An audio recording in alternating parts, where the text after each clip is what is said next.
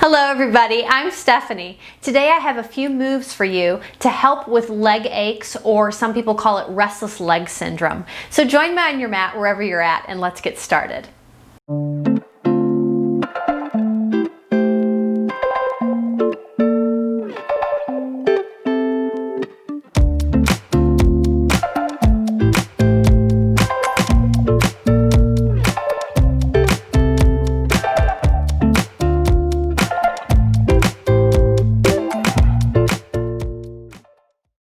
So a lot of times people will say that their legs ache, or they have this feeling that they just can't be still, restless leg syndrome, and it happens most often late at night or in the middle of the night.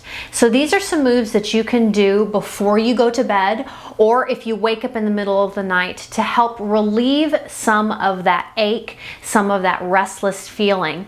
Most likely that feeling in the legs has nothing to do so much with the legs, but it has to do further up the chain with things that are going on in the hips, in the spine. So this is going to help you find some length throughout the entire body. These are some moves that I will very often do if I wake up in the middle of the night and I just have that feeling like I just can't be still and my legs are aching. So we're going to begin down on our backs.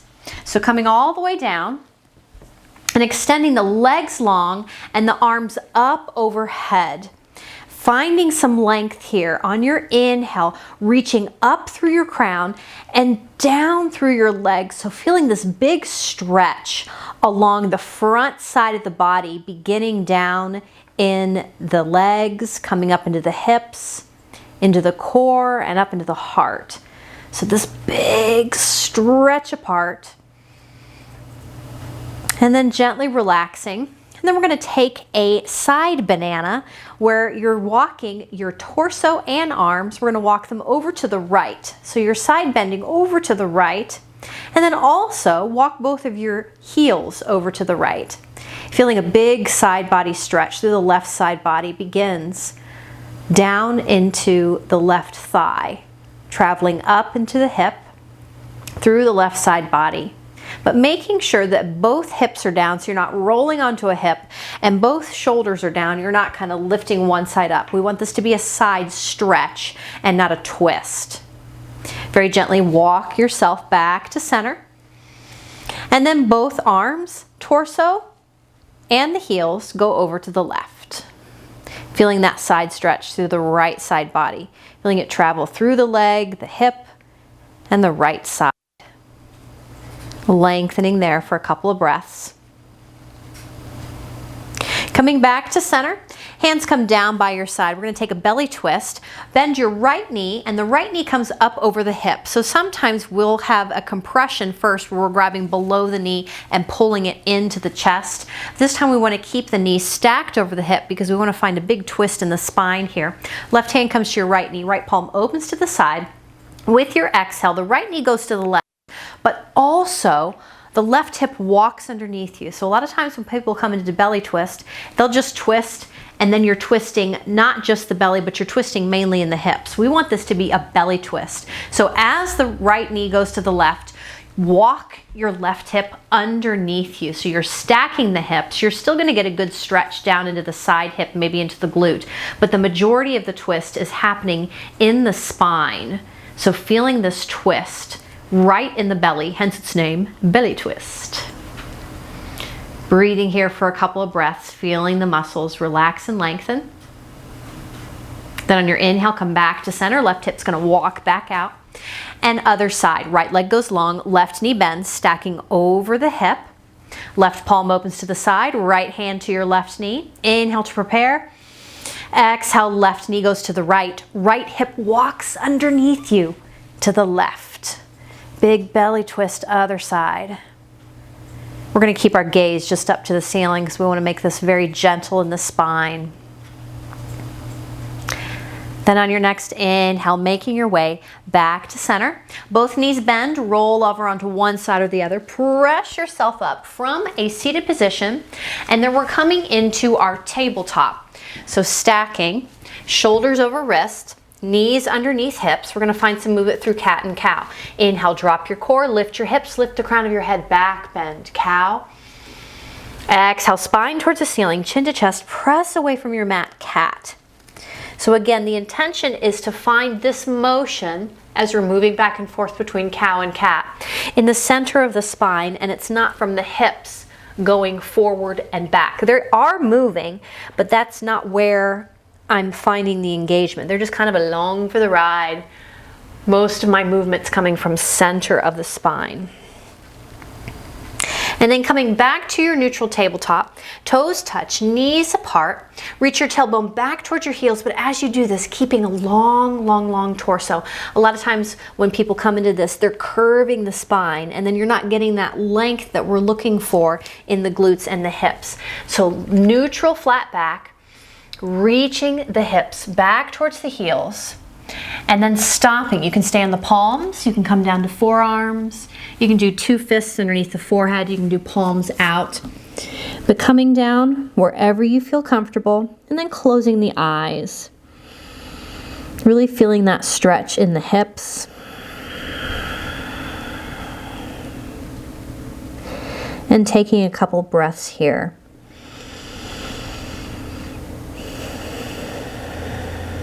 On your next inhale, making your way back up to your table. Knees come in underneath your hips. Find that neutral flat back again. Pressing down into the mat, shoulder blades spread side to side. Belly button pulls into spine. So you'll notice if you're tucking the tailbone, if when you hear the cue belly button to spine, that the motion is coming from the hips. So the hips stay still, belly button pulls in. Tuck the toes, pressing into the palms, the toes, lift the knees up, press the hips back. Finding a little bit of movement here in your down dog, maybe pressing the heels down one at a time. We're not here very long because we're not looking to build heat or make some energy in the body, especially if you're doing this in the middle of the night. We don't want to wake ourselves up. We're just wanting those legs to calm down. Then taking both heels down towards the mat just for a moment in your down dog. And releasing knees back to the mat. You're back to your tabletop. Right foot's going to step up between the hands. We're coming into a low lunge. Left knee, left toes, walk back. So this time we want to stretch out the hip flexors, the psoas. You're going to bring your hands up to your knee. And then finding that engagement again in the core so that there's not this extreme arch in the back. The intention is stretching out the hip flexor. And then think of lunging forward. Watching that the right knee hasn't gone past the ankle. If it has, you'll begin to feel it in the calf. Toe heel the foot just a further bit forward until the knee stacks over the ankles. So that intention is in the left hip, the left psoas. Breathing here for a little bit. And then the hands come back down to the mat. You're going to take your right foot and toe heel it over to the left and bring the foot in closer to you. So the ankle in towards the hip, and then press the left leg back long. So we're coming into a seated pigeon. And if this is part of your normal practice and you're doing this late at night or especially in the middle of the night, your brain's probably not completely awake, and so you want to make sure that this is something that your body just instinctively knows to align the hips forward. So if this is not a pose that you're comfortable with, maybe take it in a different way. On its back, you can do reclining pigeon. You can even do this one in bed. Bending the right knee, the right ankle comes over the left knee, and then pressing the knee away, coming into reclining pigeon. So you've got your reclining pigeon, or you can do your seated pigeon. And then finding a little bit more extra length in the spine. Inhale, get a little bit longer. Feel that stretch in the torso. There shouldn't be any pressure in the low back. Then bending from the hips, reach the heart forward and down. Letting that pigeon sleep. Maybe coming down to forearms, 2 fists, palms out again, wherever you're comfortable. Wherever you've landed. Sending that breath into the right hip, the right glute, even the right knee. Sometimes I'll find that I'm squeezing the right knee and it's causing the right hip to be a little bit tight. So by bringing my awareness to soften the right knee, I find a little bit more length and release into the right hip, the right glute. One more breath here. Then coming back up to the palms, you're going to rock over to the right hip, and if you're on your back, you're needing to come back to a seated position. Bring your left knee up to the inside of the right foot, and the right shin walks up until it's in line with the top of your mat. We're coming into half hero here. We want to stretch out the thighs. This time we're beginning with the left thigh. Being careful that the left toes, ankle, and knee are all in a line. You're not W sitting and turning those toes out to the side. Left hip stays lifted. Connecting both knees down. When the knees begin to lift, that's the body's way of saying, I'm a little tight here. I need you to go back to something else. So you can stay here. You can bring the palms back behind you and begin to lean back. You can stop anywhere along the line, and every day is going to be different. So for me, my left leg tends to be the one that aches. So when I do this in the middle of the night, I can't take it very far because things are tight here already. So listening, maybe you stop there, and if it feels okay, you can come down to the forearms. And if it feels okay there, you can take it all the way down to the back. But just noticing if those knees start to pop up, you've gone a little bit past where it's comfortable for your body. And even if the stretch feels a little bit too intense, you can always come back up to something else. Breathing into the left thigh there, into half hero. Then very gently bringing yourself back up. Hands come back down in front of you, and you make your way back to your table. Maybe take a little bit of wiggles, hips side to side, and then we're going to do the other side. Left foot steps up between your hands, setting up for our low lunge. Walk your right knee and right toes back. Stacking left knee over left ankle. Hands come up to your knee. Tiny engagement in the core and lunging forward. So we're getting the hip flexor to stretch front and back. And then when we take it down into our pigeon, then that hip flexor can go side to side. So we're looking further up the chain than in the leg, into the hip this time, to see if there's any tightness there. Then the hands come back down to the mat, toe heel your left foot over to the right, setting up for your seated pigeon or reclining on its back, left ankle over your right knee. So your choice. You can even do seated on one side and on your back on the other. You're still doing pigeon on both, so you're finding that balance, but you're just listening to how the body feels. Again, find that length in the torso. Keep that length, bow from the hips, coming down. Sleeping pigeon, forearms, two fists, palms out. Softening the left leg, left knee, left glute.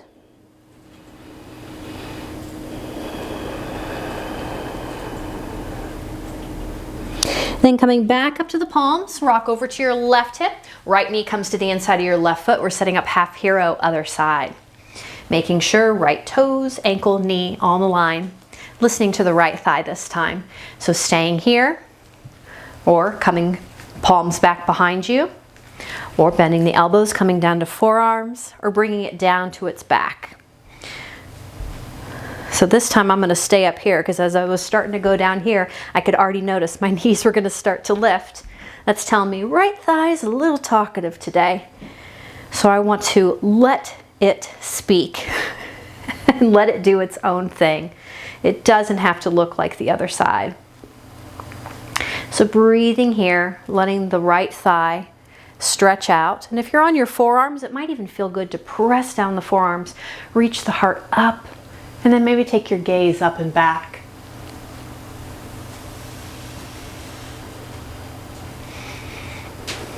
Then using the hands, using the forearms to come back up, bring the right leg out, bring the left leg out, and then we're going to find a seated forward fold. I'm going to do this from the side because I really want you to pay attention to the length here and how we're bending from the hips. A lot of times when people take a seated forward fold, all they're worried about is how far forward can I get, and they're not paying attention to the spine. So the spine will begin to curve, and when that happens, you're stretching out this low back here that's probably already a little talkative. So we don't want to do that. We want to keep that length from the hip. So really reaching up, staying as tall as possible, and then keeping that long line, bending from the hip. You can stop. Just put the hands out in front of you. Maybe again, you come down forearms, or two fists, or palms out, wherever it feels comfortable. But we want to stay super long protecting the low back. Getting that stretch into the thighs again, into the hips, and not putting that pressure on the low back. Walk the hands back up and then switch the feet. So for me, I've got my right leg in front right now. I'm going to switch and put the left leg in front. Get super tall, then bending from the hips, coming down, forearms to fists, palms out.